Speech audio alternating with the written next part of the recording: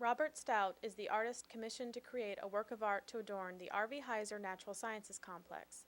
He and his wife, Stephanie Jurs, comprised the design firm Twin Dolphin Mosaics, located in Ravenna, Italy. Robert and his son Willie stayed on New College campus during the month of July when he completed the mosaic and installed it on the southeast facade of the Heiser complex. I had a chance to sit down and talk with Robert about this gorgeous mosaic and the installation process. How did you first learn about the project at New College? The Florida Percent for Art program puts out via email a list, and they also send out a list via post. Upcoming projects for like the next 6 months in the state of Florida, and among at least a dozen, there was the Heiser project, and that's how we heard about it first. Have you worked on these public art programs before? Actually, I was looking back over the resume. My first project was 21 years ago, collaboration mural with kids in Anchorage, Alaska. And then it's been sort of up and down, but I've been doing public art since then. And you do, I've noticed looking at your website, you do a lot of installations on, is it mostly sort of public state buildings? I noticed you did a lot at universities. We've applied for a lot of different projects, and it just sort of the luck of the draw as to where, which project we get. I'm told that the decision by our selection committee here at New College to choose Twin Dolphin Mosaics for the commission was unanimous. Points of View, which is the name of the mosaic that you designed with its reference images from mathematics, physics, biology, chemistry, and computer science, really hit the nail on the head in terms of what they were looking for. Can you take us through the disciplines and the images on the mosaic? Sure. Well, I was excited about the commission. As an artist, I'm real enthused and interested in the imagery that comes out of the sciences, and so I was enthused to apply for the project. And it seemed to me just sort of basic to look at who's using the building, what's it for. It's a science building. They're teaching all those disciplines: computer science, math, physics, biology, chemistry. And from looking at science images, there's lots of gorgeous stuff in all those disciplines, lots of beautiful images. So I decided to just take one from each discipline and try to work them into a composition, some sort of unity of composition, but and using one image from each discipline. So what sort of research did you do in thinking about the design to conceptualize it? Probably the key idea, which I used a quote in the proposal from Richard Feynman, a physicist. The key idea was sort of the unity of nature, the unity of stuff. And that was, I guess, an organizing idea, and the interconnectedness of different patterns or different similarities of imagery, similar kinds of patterns in the different disciplines. I wanted to somehow use a bunch of different images and pull them together, try to weave them together into one composition. So. Now, we have here just a diagram of the mosaic that's now up in Heiser, but looking at the different shapes, can you kind of explain to me like where this came from, maybe? Okay. A book that I'm still reading that was real helpful in explaining some of the scientific ideas was The Self-Made Tapestry: Pattern Formation in Nature by Philip Ball, who's an English scientist. And it had a lot of good explanations of the sort of unity among different disciplines via patterns. The specific images, in the middle there's this sort of outward spiraling motif that's from math and physics. Briefly, it's a highly magnetized field, a couple of spinning discs, droplets of mercury. Physicists did this, and the mercury, in sliding off the disk in this magnetized field, it forms this sort of pattern here. These droplets formed into these relationships. In that pattern, there's Fibonacci series and some other mathematical proportions, which are useful for mathematicians. The interesting thing to me, and why I put it in the middle of the composition, was that they did this physics experiment with nothing living, and they came up with the little droplets of mercury organized themselves into this neat spiraling pattern. Well, it turns out that same pattern occurs in sunflower seed, or sunflowers, in the face of sunflowers, the spiraling. If you look at a pine cone on end, that sort of pattern. The spiral in ram's horns. So it's the thing I liked about it was a beautiful pattern, sort of essential to, in mathematics, which is one of the key sciences, or I guess in old times called the queen of the sciences. This beautiful pattern occurs both in non-living systems and in living systems, and I thought that was a appropriate key image. So that's the middle. In the lower left, there's some sort of looks like maybe an earthquake indicator or something. Or a heart monitor or something like that. Yeah, some diagonal lines that is from an interferogram of growth sheets on a quartz crystal face.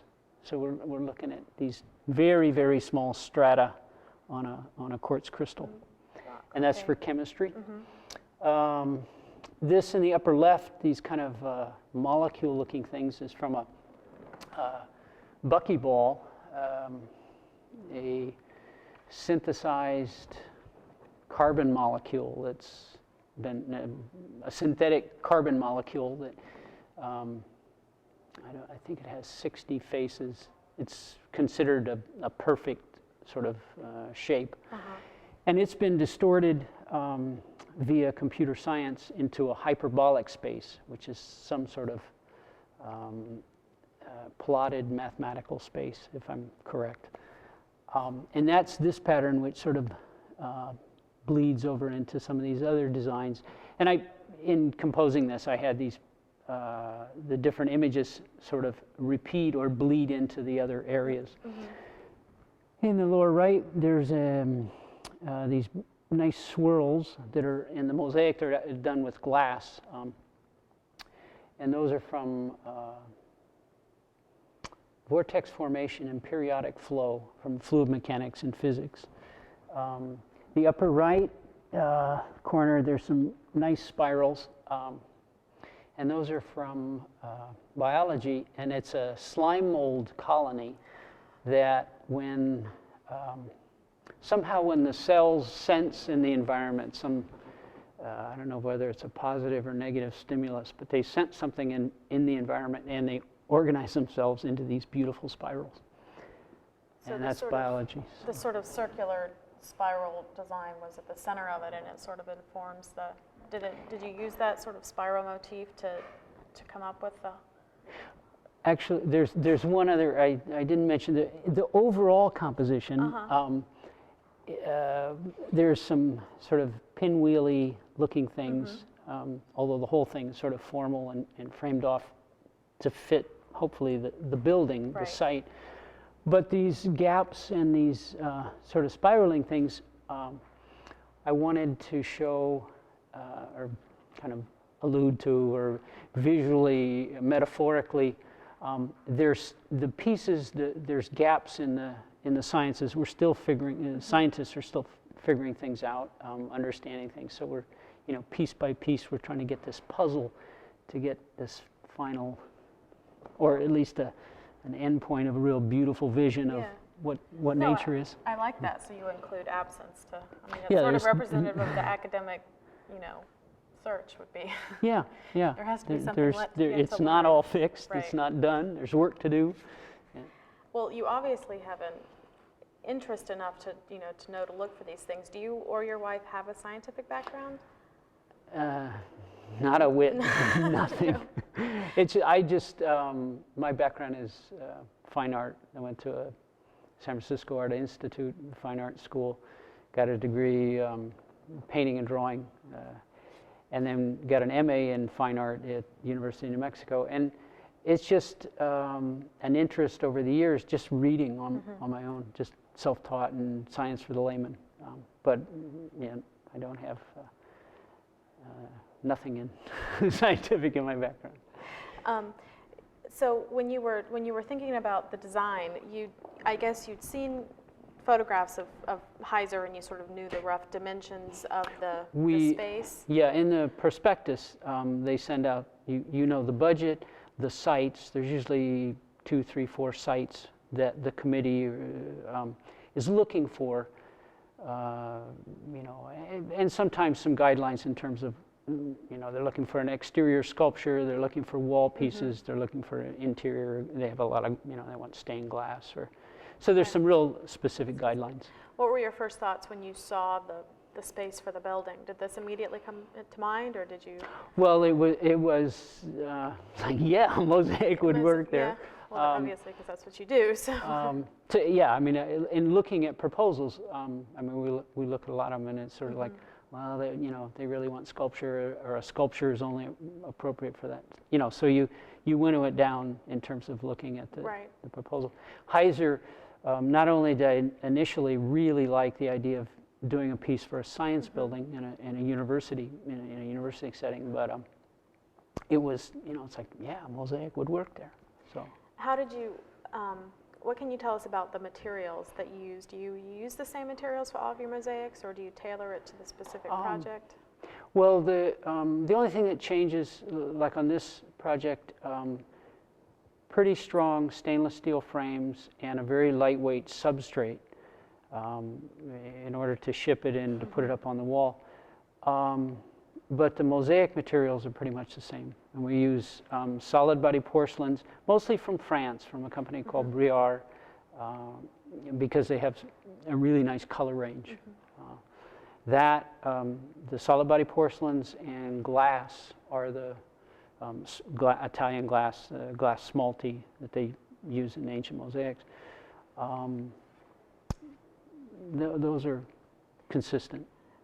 So you have the materials. You created the mosaic actually in Italy. You put the mosaic together, and then how much did you do before you shipped it over? Did you leave the ceiling and all that for over here? We did as much as we could.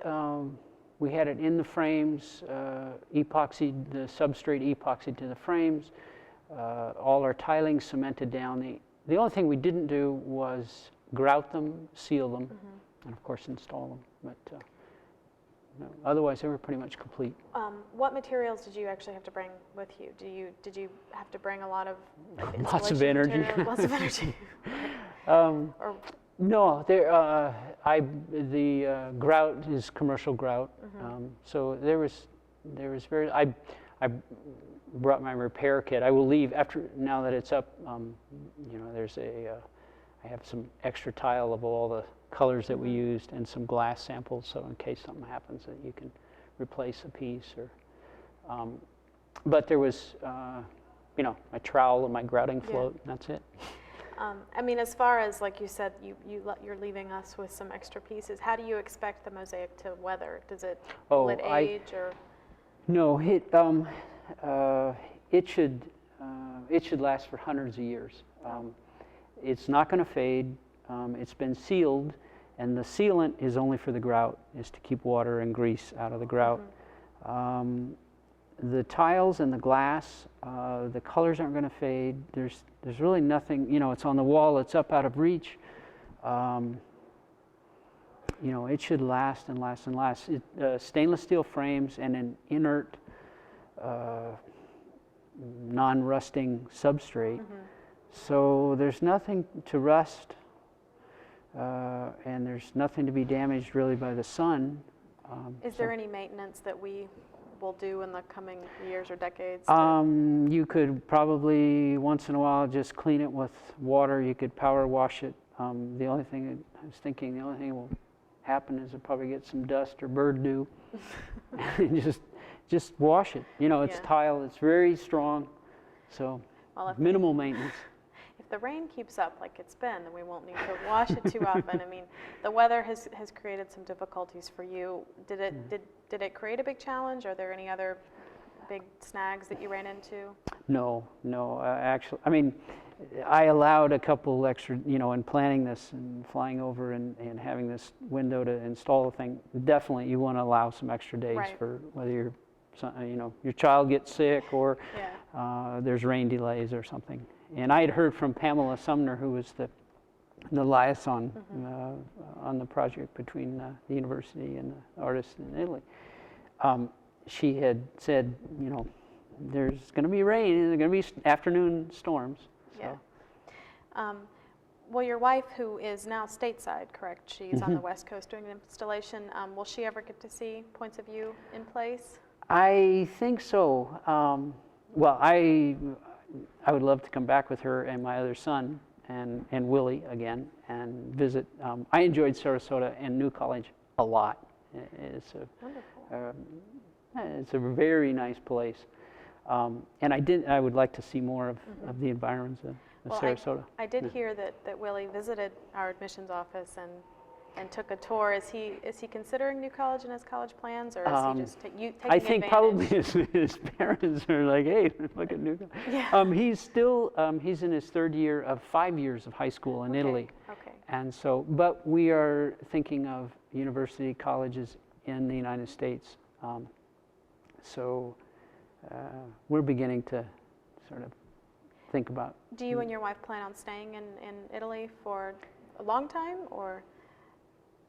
We, I mean, we are playing it by ear, but we enjoy it. All of us enjoy it a lot, and it's a little up and down being self-employed artists, and that's anywhere. Right.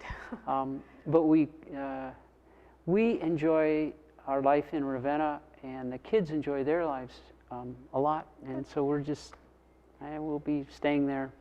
Well, some years. Ravenna is home to some quite beautiful Byzantine mosaics, obviously. Can you tell us a bit about the city and why you chose to relocate there? Oh, a variety of things led to our moving to Ravenna 6 years ago. One of the things we were able to study with some just privately with some mosaicists, where I could learn, both Steph and I learned traditional mosaic technique, how to do Roman and Byzantine mosaics. The mosaics made out of little bits of marble, or little bits of glass, and little cubes, basically. We were able to learn that technique. We met some people that we could study with on a trip we had taken earlier. And we found we both liked the city. It's a small art city, very, a large town maybe. It's right on the Adriatic, a couple hours, 2-3 hours by train when the connections are good, south from Venice, along on the coast. Very old city. In the center of town, there's a church, San Vitale, it was consecrated in 547. Built in 525. Wow. And that's the neighborhood. Yeah. It's very old, and it has it's off the beaten track. It has a human scale. It has this deep roots in history. And it's in a region, the Emilia-Romagna, which is economically healthy. And it's an agricultural, very, I would describe it as a very sane society. Yeah. And it's not on the mainstream. People that come to Ravenna, they want to, usually tourists, they want to see the mosaics. That's about it. But it's just a nice town to raise your kids and Sounds to work in. beautiful. Well, so Twin Dolphin Designs is your company with your wife, I guess. Tell us a bit about the company. Did you found that in Italy, or was that something that you started in the States? It's just a mom and pop. Basically, you buy you get a business license, and just my wife and I, and basically it was so we could get a business license and then insurance and the professional installers discount on materials and stuff. And we had it in the States. Back in when I first started doing mosaics. And we just changed now we have a business and it's located in Italy, but it's just a mom and pop. How did you decide on the name Twin Dolphin? We're obviously interested in this as we're looking over the bay with dolphins out there, so. It just kind of a tip of the hat to the classical world. I've always liked Greece and Rome and the classical world and classical art. And in particular, the vase painting on Cretan pottery. There's just some beautiful things of sea life and dolphins and on Grecian pottery. So it was that, and then also it was just, I think it's a nice name because dolphins are such positive creatures, and it has a nice spin to it. Well, we hope you have enjoyed your stay in Sarasota. You mentioned to me walking around New College campus that it somewhat reminded you of Italy with all of the pink marble buildings and everywhere, but anything else you'd like to share about your experience here? Was it?